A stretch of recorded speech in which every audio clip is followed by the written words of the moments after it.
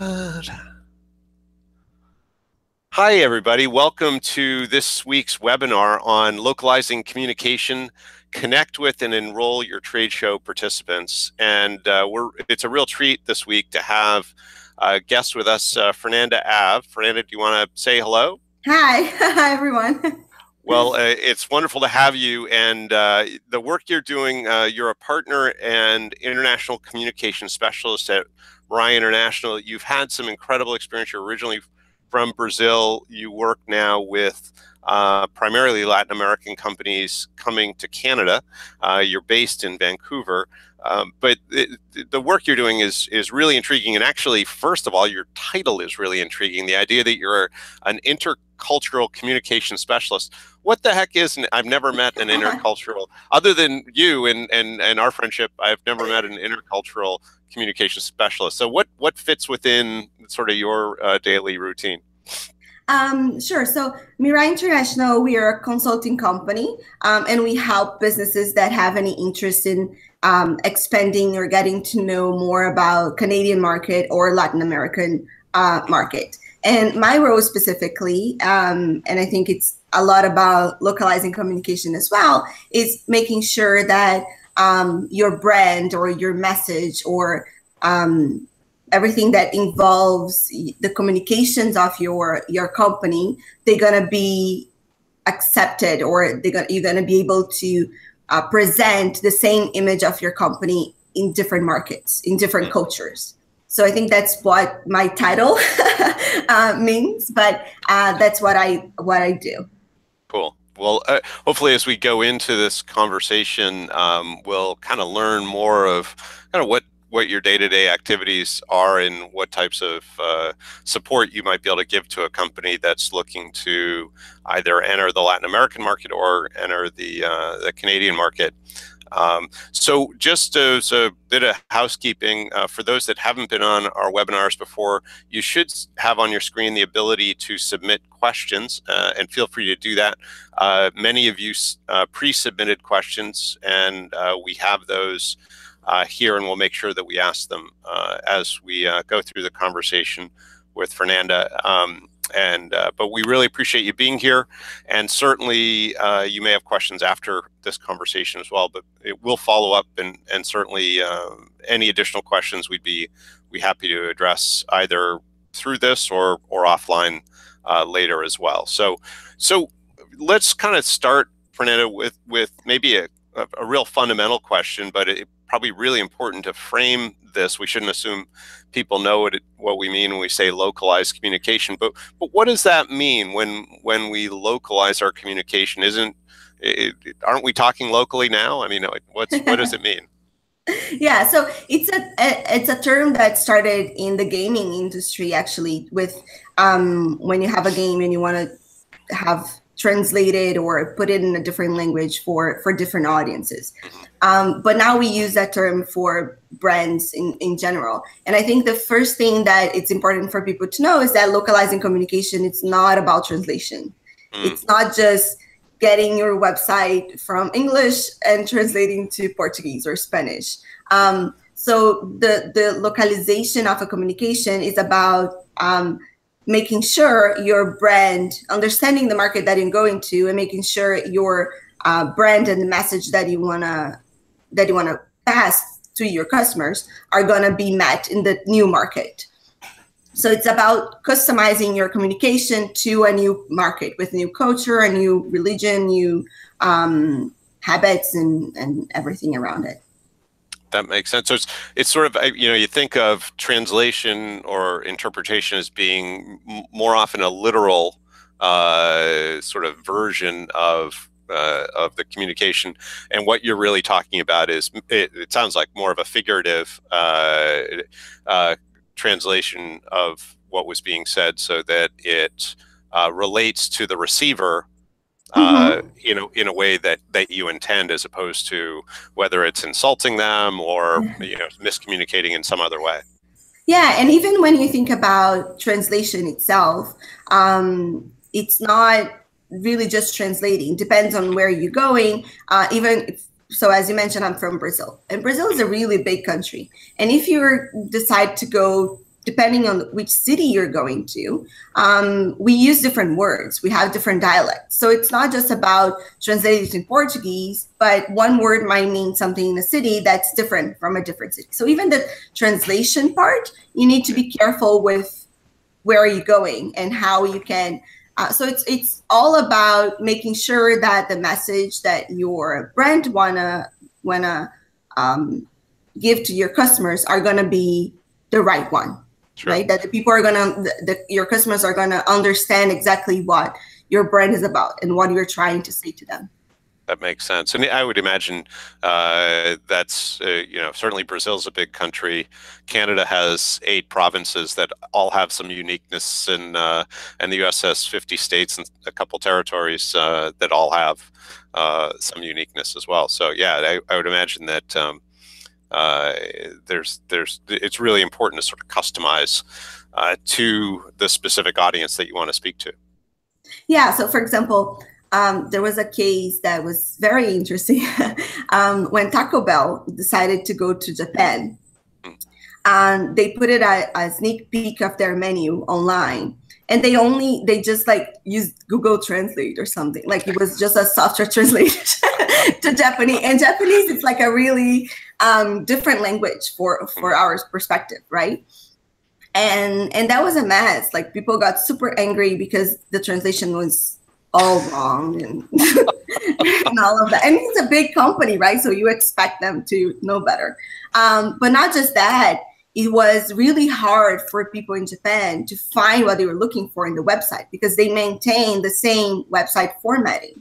So even the user experience on the website in Japan was really bad for them because they use the websites in different ways. So the way that the menu is located or the way the logo is, where the logo is located and what the website's supposed to do, the clicks and all of that, it's all different. So at the end was they had a really problem with all of that. So it sounds terrible. Yeah, absolutely. So now, what got you interested in localizing communication? Because it's a unique specialty. What's so particularly interesting for you about it? Well, I'm from Brazil originally, and I started working in marketing, branding when I was in Brazil. And I moved around. So before coming to Canada, I lived in the United States for 5 years, and then I moved to Italy for a year, and then finally I landed in Canada. And then as a marketing professional, it's always interesting when you're moving around. You start paying attention how companies do things in one way, how's the marketing for each country, and how the communication is being done in different countries. So that's when I started to get very interested in that. When I was doing all my moves and paying attention on how the companies were doing their marketing and how they were focusing their messages and how things are different. And even when I was in the States and I did my master's in digital communication, and I was in New Haven, which is a very multicultural city. It's a university city, so we have people from different everywhere in the world. So it was very interesting also to see how people understood or how people received different messages. Like we all received the same message from a company, but we all had different reactions to it. So I think that's the part that I like it most. And that's how I got into that. Oh, that's so cool. It's a great specialty for sure. And you can see the application and where the demand would be. There must be some, the Taco Bell example I think was perfect. What other sort of mistakes or challenges do you see companies having?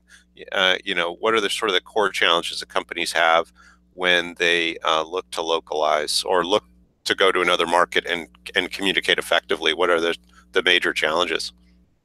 I think the major challenge it's getting to know the new market, right? Like the nuances of communication and of the language and of the habits of what people, the new market is all about. I think most people assume that the marketing strategy that they have right now for their company, it's going to work everywhere.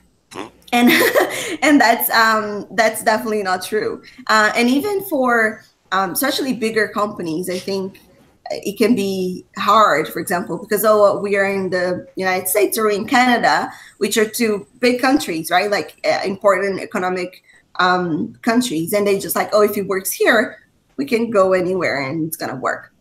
You sort of And assume they speak English, it must be transferable. yes, exactly. So it's just about just translate whatever we have, and that's it. So it's very hard, and now with digital communication, social media, websites, the world it's becoming very small. So it's becoming it's easier to access new markets. But again, you need to be careful with, even with social media, you need to be careful on how you express and even which social media you're going to use. So different countries have they focus on different social medias. So like in Brazil, Facebook's much bigger than other social medias. We don't use Twitter that much, for example. We use, for customer service, we use a lot of WhatsApp, which not necessarily is done in the States, for example.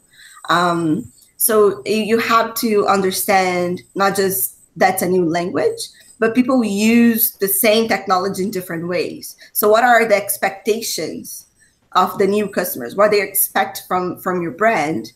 And again, and it's also about when you have a brand and you have a message, you want the same message to be received, in the same that you want the customer to get your message and have the same reaction, right, to what you're saying. So how you gonna, with people from different parts of the world and people from they have different customs, they have different cultures, how are you gonna customize that message so the reception of it's gonna be the same? That totally makes sense.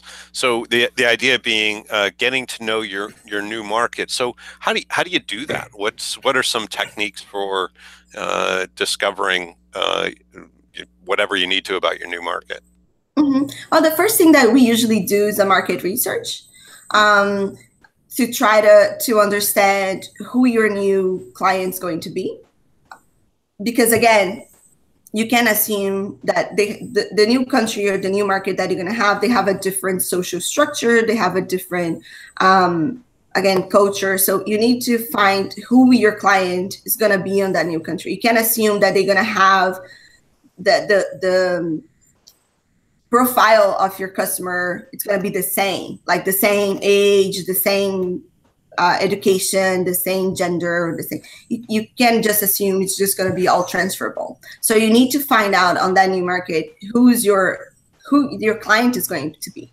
So usually we do a market research the first step will be understanding the market in general. Okay, these are the culture, this is the customs, this is what they use, this is what they expect. And once you do that, you start creating, we call personas, which is a marketing tool to try to identify the profile of your customer. Like, who exactly is that person? What are the things that they like to do? What are the things associated with your brand? So you can try to find other things that you can try to work together with other brands or other. So you try to understand a little bit more, and then that's a bit more specific with that person. I know you do a lot of personas for events too, so maybe you can expand a little bit on that. Yeah. So what you're saying is the first step is to develop the buyer personas in that new country, and I would imagine you really want to focus on who you imagine the early adopters would be. So where the sort of low-hanging fruit, who's sort of most anxious for a solution for the problem that you're solving. Is that a sort of a fair restatement? Yeah. I think that because you're entering a new market and you need to find your first clients, right? Your first customers. So that's exactly right. You're trying to create this buyer persona to try to identify who they are and where you can find them. Like, what are the other things that they like, and so you can try to do advertisement or do partnerships with other companies. And well, there are different strategies and different ways to do that. But the idea is to understand which circles they are, so you can go after them and try to get them to start using your product first. Sure. But not just about the persona, you also need to do the market research in the sense that you need to understand that culture and what the expectations of the market in general are. So for example, on the Taco Bell example, you need to understand how users use website in general. It's not about one persona or one client, it's about the market. The expectations of the usability of the website for them is different. So that's something that you need to do. And usually that's how we start. We start with this market research first, and then we go more specific with buyer personas. Gotcha. So you've done the market research, you've built one, if not more, buyer personas.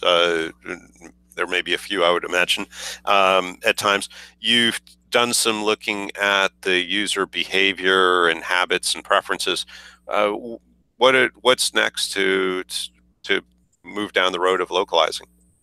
So once you have that mapped, right, and you have more an idea of what your new market looks like and your new client looks like, then we start applying and making changes to your if you already have a marketing research, a marketing strategy from your company, or if you're a new company and want to start a new one, then we start with the marketing strategy. So how can we do a new marketing strategy to this new market, right? So we start thinking about, again, how are we going to enter this marketing? How are we going to start building your brand?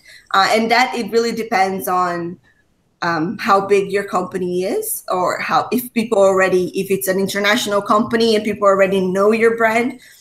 So then we don't have to do a lot of work on creating the image because most people already know. So it's more about doing more specific things for that market. So we start with a marketing strategy. How are you going to get into that market, and then we start looking at specific marketing tools. So your website, how we can optimize that to the new market. And then your flyers or your marketing materials. It's not about just translating, right? You need to adapt the design, or you need to adapt the brand to the new market and what the expectations are. You can have an amazing flyer, let's say, in the States, but if you go to India, they're gonna look at it and it's like, oh, this is super ugly. Like even just the design part of it, it's different. So what we try to do is start with the market research, analyzing the whole market, understanding who your clients are, and then we focus on the marketing strategy, and then we go point by point in each marketing tool that you're gonna use in that marketing strategy to localize them, to make sure that they fit the new market. I would imagine you're also choosing the tools or the modes of marketing based on the persona, right? Because there are some, yes. while in one country they may use flyers and that may be wonderful, the next company country may be all digital. And I mean, as you said, in Brazil, it's WhatsApp and Facebook as opposed to maybe LinkedIn and, some other tool. So how do you, when you go to, because there are obviously so many different tools and modes, how do you narrow down the list? That seems kind of daunting.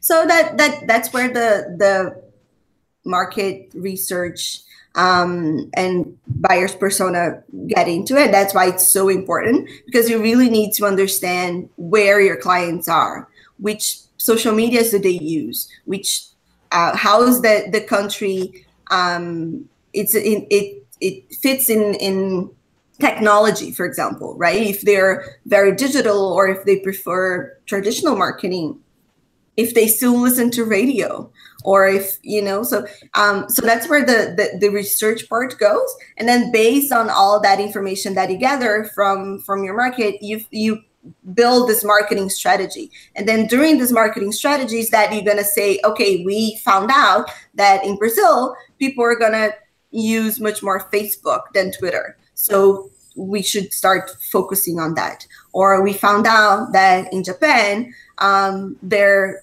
website usability, it's different than the United States. So we need to redo the website structure and not just the language to fit the user expectations. So that's how we organize the marketing strategy, and that's how we narrow down the tools based on the research we did before that. Mm. Is it seems like there must be a need also to train employees as well, because now you have all this new language that is being incorporated into the marketing. I would imagine you need to make sure that the team that's serving that new market is also prepared. Can you speak to that, and how do you do it? Yeah, so there are different ways, and it really depends on the company expansion strategy, right? So some companies, if they want to open an office in a new country, that's going to be different. So they're going to probably have a local team. So they're going to already hire people like local people that they know a bit more about the culture and things like that. So that's one way to go. But some companies, they don't want to open a new office. They just want to enter the market and sell, right? So then you're going to have an international team that's going to deal, and then inside this international team, they're going to have the Brazilian team, or they're going to have the Japanese team, or they're going to. So then, yeah, that's important. It's important to have a training, and so they understand, again, what are the expectations of those clients? What exactly are they, when they talk to you to buy something, when they talk to you to customer service or whatever, what are they expecting from you, right?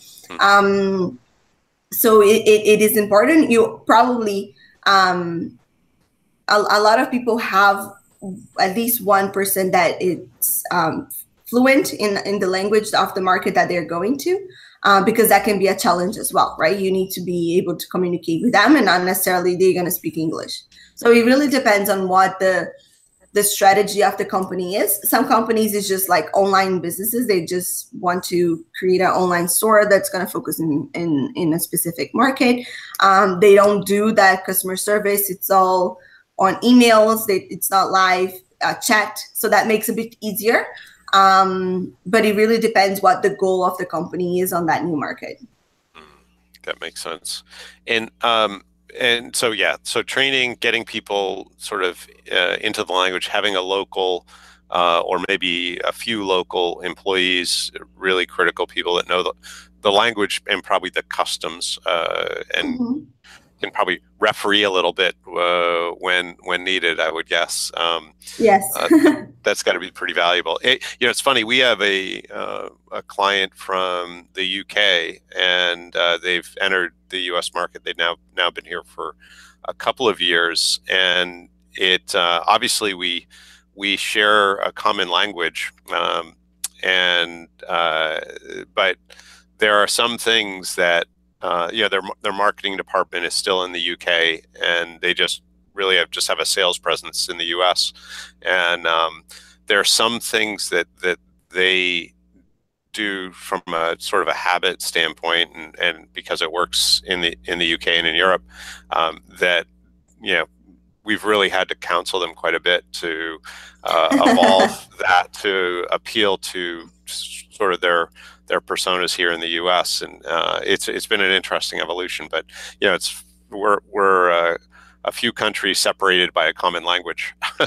Yeah, I know. But if you think about it, like the UK and the US, you can even think of TV series, right? When you think of TV series that are from the States, and you think of TV series that are from the UK, and you can see that they're very different. Like The Office, right? You have a UK version and you have a US version, and they're very different. The humor, the way that they Fernanda, joke around, and the way that they speak.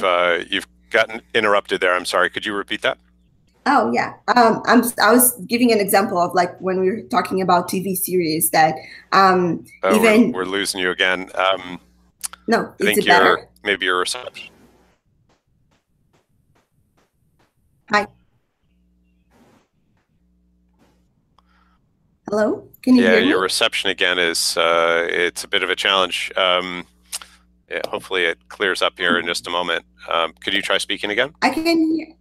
Yeah, sure. I'm hearing you quite well, so I don't Uh, know. that's better. Can you? I'm sorry, we kind of Yeah. lost that last bit. Oh, that's okay. No, I was just talking about the difference in TV series. That if you think of, that's also part of understanding the culture a little bit. That if, for example, you have The Office, which is a comedy show, but you have one that's a UK version and one that's a state version from the US, and it's very different. Like all the jokes, the way that they interact with each other, and so you can like that's also you can think of that as branding, like how you're appealing to one market but not to the other. So I imagine that even you both speak English, but the culture and the expectations are quite different. Yes. Yeah. No, and it's and I think that's interesting, and I hadn't thought about looking at TV shows as a maybe a way to begin understanding the new country. That makes a lot of sense. I suppose that doesn't fine tune it to specific buyer personas, but at least it gets you maybe in the right neighborhood, and then the buyer personas get you in the right house, I guess, something like that. Yeah. So, have you developed, and I would imagine you have, ways to, because you kind of come to this place where you develop a buyer persona, and then you have, different modes of marketing that you're, choosing, and then you have certain language and presentation that you're creating based on, a variety of assumptions or hypotheses. Have you Hmm. developed ways to sort of test those hypotheses so that you have a sort of as you go to sort of roll out or mass market, you're fairly certain that you're sort of on track with being effective? Yeah, so we try to in project management we call like agile project management. Mm, But the idea with the personas and all of that is that we try them as fast as we can and we fail as fast as we can to make sure we get the right one before we go to a big marketing campaign, right? mm, So yeah, so we try to create type A persona, type B persona, type C persona. So we create a bunch of them. And then with like each one has a tweak or a different part that, and then we try it and see like, okay, let's see if we can find this persona, if what our assumptions are right. So we do that try and error type of that's kind of our approach, so we can do as fast as we can and try to nail the right one mm. as fast as we can. So that's usually the approach that we do. So, what modes would you use then? What vehicles would you use then to do a test? Let's say you had five buyer personas and maybe five value propositions that you were looking to test. What vehicles would you use to sort of validate or Mhm. invalidate those? So we try to do there are different ways that we can do that. One of them we can do like group testing, right? So we gather some people that are part of the personas that we created. We just talk to them and show the product or show the strategy or show and see what their reaction is. So it's like I know there's a name for that, but I kind of like slip my mouth right now in English. But we do a group test, Yeah. right? To try and see what the reactions of the strategy of the product or of what the message that we are trying to send. So that's one of the ways that we can do that. The other way is it's through different other companies. So as I said, like one of the things that we do with buyer personas is trying to understand which circles they are. So for example, here in Vancouver, there's art outside art company that they put different statues and things around the city, and they found out that people that are interested in that is also interested in cycling. So they decided to create like cycling tours to do a lot. So that's one example. So for example, if we find out, or if we think that these personas, they're also interested in cycling, or they're also interested in mountain biking or whatever, we can start going around or talking to companies in those areas to see if we can find the persona and then test our marketing campaigns and doing something together to see if we have a response. The same with advertising, right? We can do Google ads or Facebook ads, or based on the personas that we have, and we do A/B tests and see which one we get a response from. So there are different ways. It really depends on the marketing strategy that we're going to create for that company, and the buyer persona where we think we can find them. So the idea is that we tested different tools, and we tested in different ways, but we do it fast. So and fail fast. So to try to find the right one. Cool. Yeah, it's all about failing fast for sure. So just to transition a little bit to talking specifically about trade shows and events, as we go there, one technique we've been using quite a bit, particularly on market entry, is actually to use events as a way to test those hypothetical buyer personas and also the value proposition and whatever offer we might be using for that persona.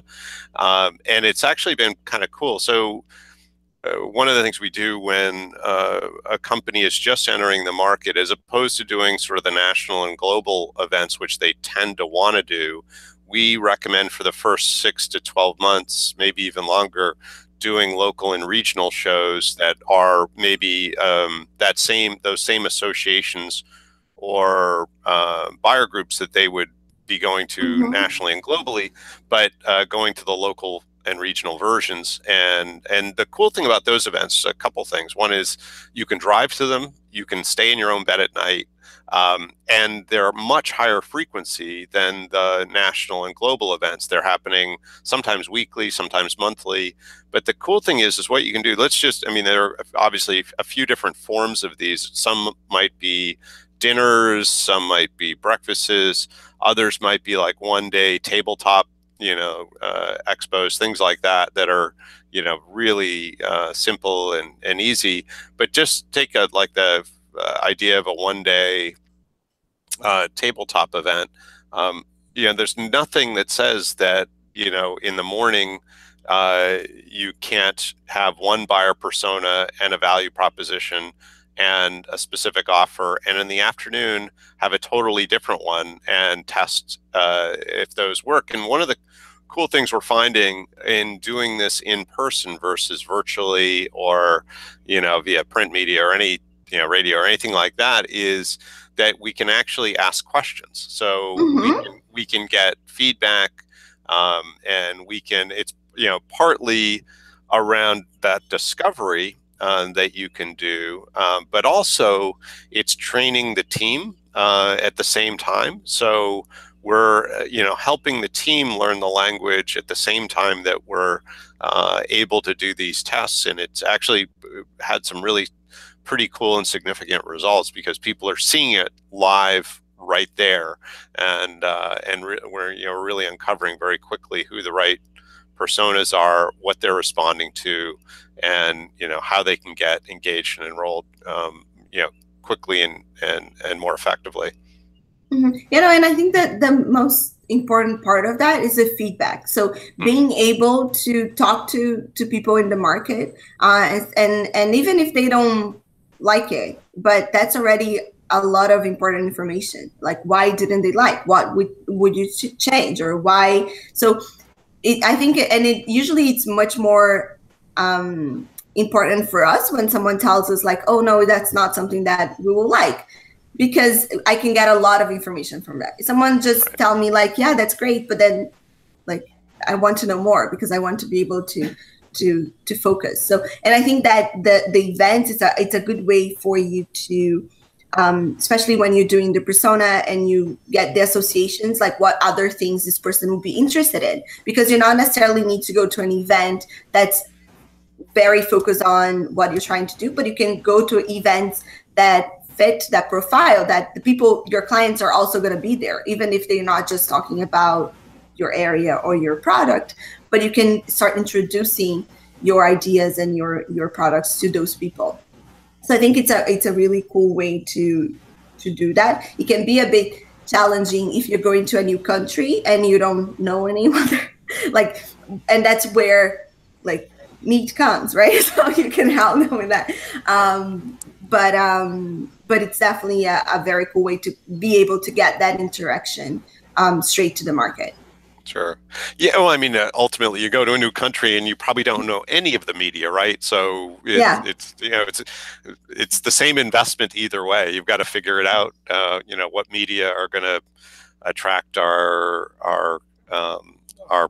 buyers the most efficiently, and chances are it's not one media. It's probably a mix of a variety, I would guess.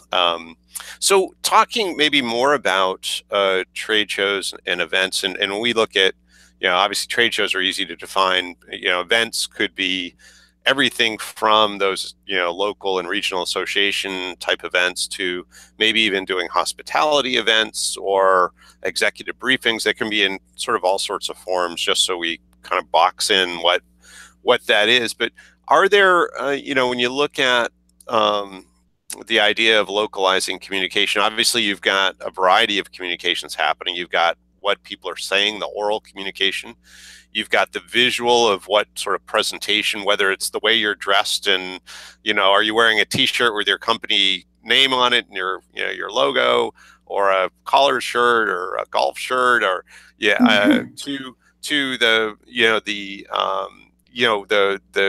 the experience people might have. So that more kinesthetic type of communication, where it's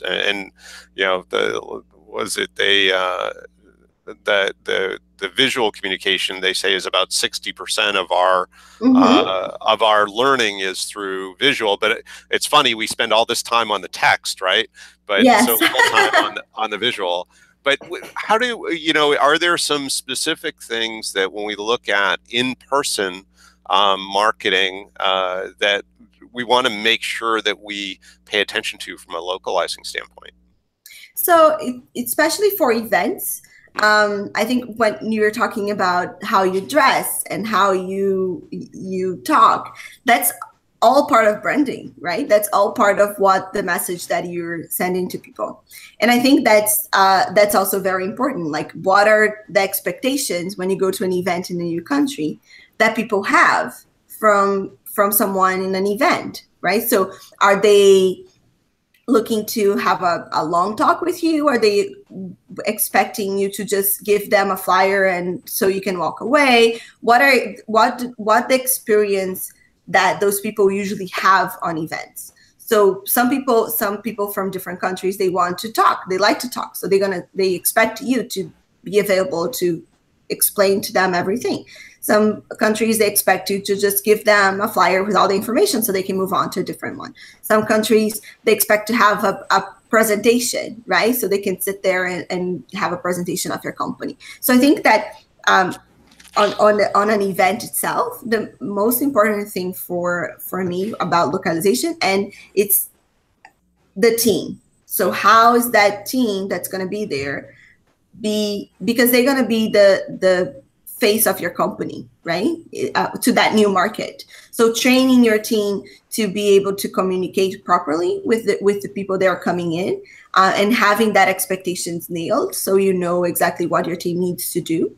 That's for me the most important part in the event itself, because that's the experience that people are going to remember from that event. So when we think about localizing, and to take it on a country level, just to me, from my standpoint anyway, seems like it's not fine enough. In other words, if we were going to Canada, I'm sure that there are associations where if I wasn't wearing a tie and maybe not a suit but a jacket and dressed more formally, that I wouldn't be well respected. On the other hand, there are other rooms or other events that I would go into that the best dressed person is probably wearing fairly casual clothes, Yeah.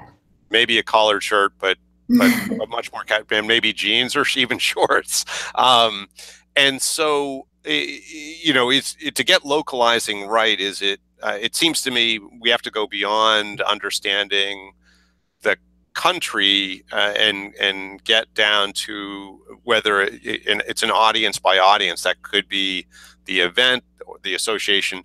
It could be that specific buyer persona if we're doing other forms of marketing, that and maybe it's who the readers are of this particular periodical, or obviously when we do things like social media, we don't control who sees it nearly as much as other forms of marketing. Certainly we can, for advertising, we can somewhat control it, but still it's a pretty gross sort of measurement, by zip code or discipline or whatever. It's not perfect.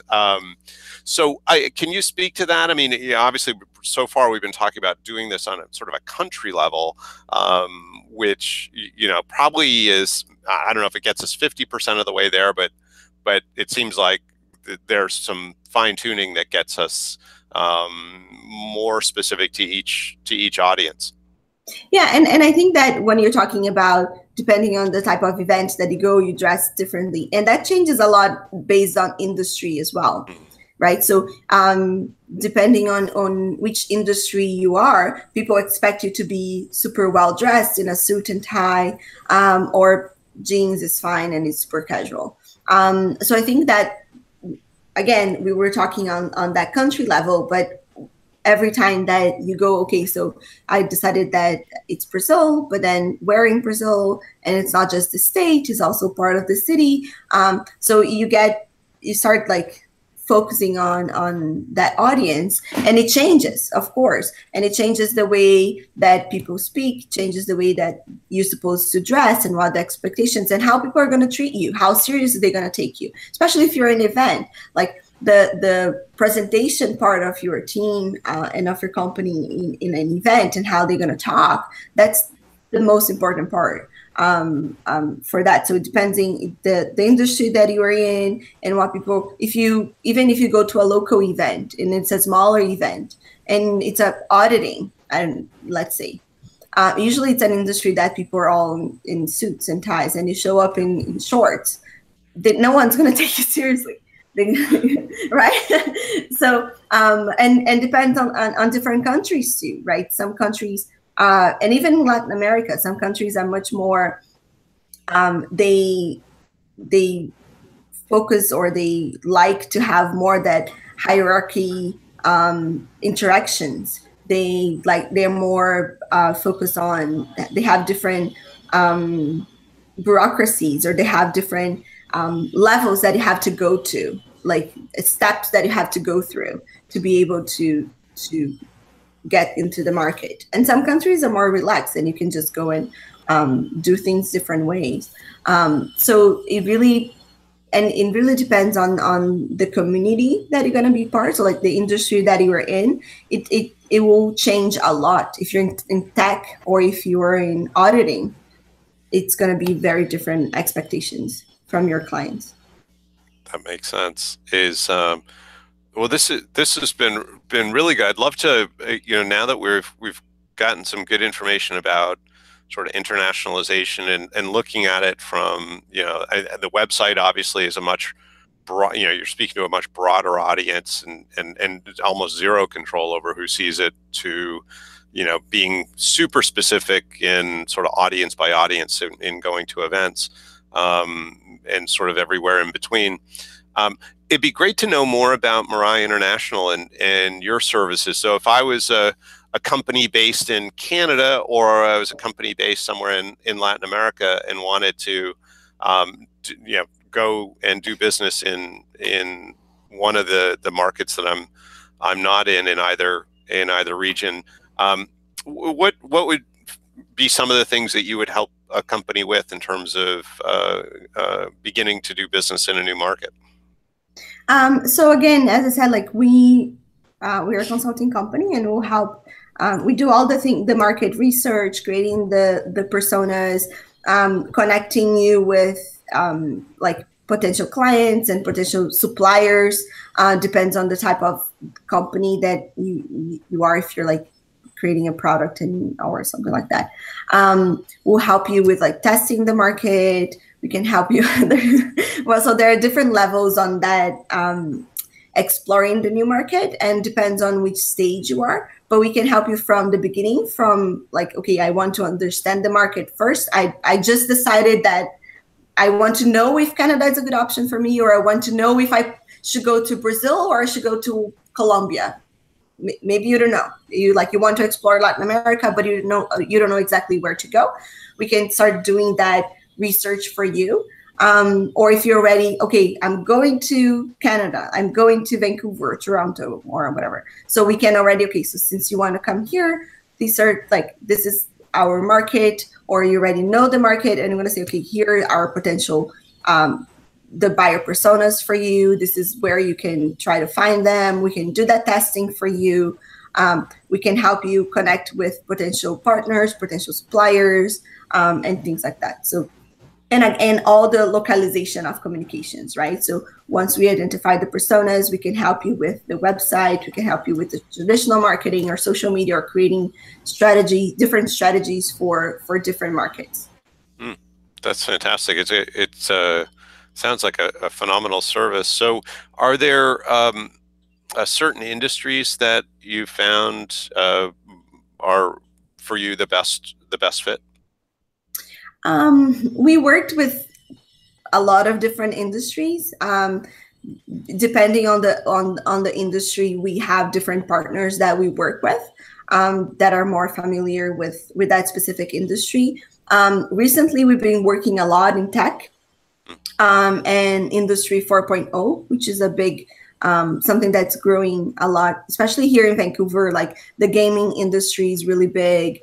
And the tech industry with IoT and all of that. So a lot of the companies that want to come to Vancouver or want to explore Vancouver, they are a lot in the industries that are already strong here. So the filming industry is big here. And then, so it really depends on which way the company is going. A lot of companies that want to explore Latin America, they will be in different industries. But again, we had clients from a lot of different industries, and we do have partners depending on the client that we have. We have partners on different industries that will help us with specific things inside each industry.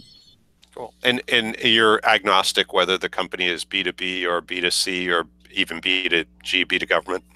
Yeah, no, it doesn't matter. That's awesome. Awesome. Well, good stuff. So I'm not seeing that we have any additional questions submitted. We did incorporate all of the questions that were taken on registration into what Fernanda has already commented on. The one, I guess, kind of final question for you is, in summary, are there some sort of big rocks that we want to make sure people take away from this conversation of localization? What would be sort of the, whether it's the top thing or the top three things or something like that we want to make sure people walk home with? I think, again, the first thing that we were talking about, that localization, localizing your communication is not about translation. I think that's where a lot of people get it wrong, that they think, okay, I'm going to the new country, so I just translate my website and I'll be done. So please don't. I think that's the first thing. I think that's the most important thing. The second part is it's really about try to understand your market. And again, and at this part, understanding the market in a big umbrella, right? So it's about culture, it's about expectations. And once you do that, then you focus on the persona of your buyer. Because you cannot understand your buyer if you don't understand which umbrella they are under. So I think those are the main three things I'll say that are very important when you start thinking, because it's not right now, we're not localizing the communication yet. That comes after. But to be able to do that, you need to get those steps first. That makes a ton of sense. This has been fantastic, Fernanda. I do want to share with everybody that our next webinar will actually be on July 26th, so a month from today.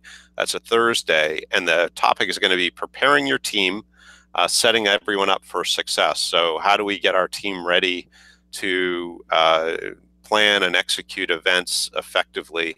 And many of the things that Fernanda has been talking about today in terms of making sure that they know how to communicate, not just what their role is and what time to show up, but how to make sure that they make that great first impression and continue the relationship effectively.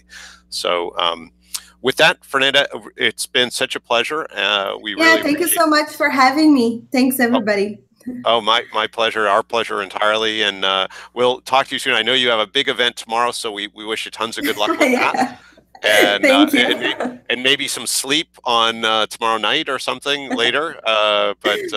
But thank you for taking the time today. We really appreciate it. Yeah, thank you so much and have a great day. Thank you. Bye, everybody. Bye.